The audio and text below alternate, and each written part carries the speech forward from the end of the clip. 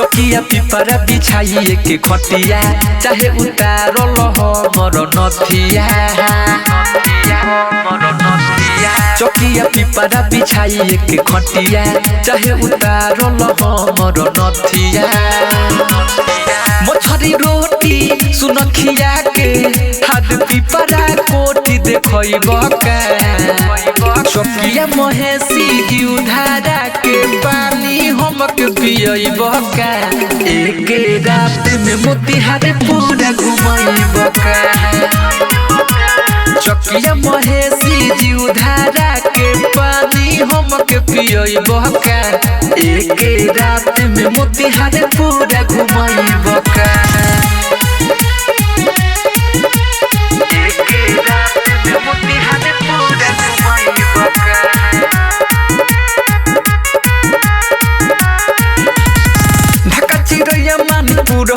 करेला सुन खेला हो सुनी मल्हाई तीर पौलिया पहाड़पुर कहेला खाला रसगुल्ला हो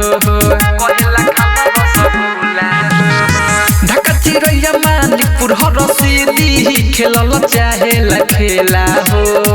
सुनी मल्हाई तीर पौलिया पहाड़पुर कहेला खाला रसगुल्ला हो कोटावा श्यामपुर सुन बेअरिया हाके सरिया के माल चुइब का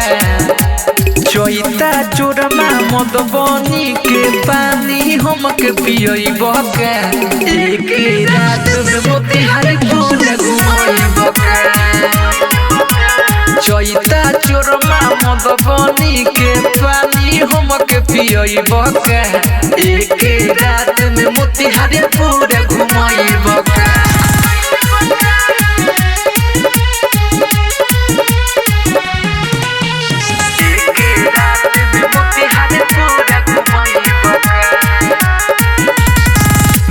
चंदन कहेला हमसे बारू माल बड़ी सुपर हो आके बैठ जा सुन परे जा हमारा तू ऊपर हो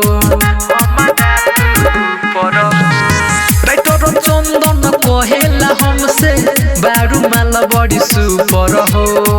आके बैठ जा सुन परे जा हमारा तू ऊपर हो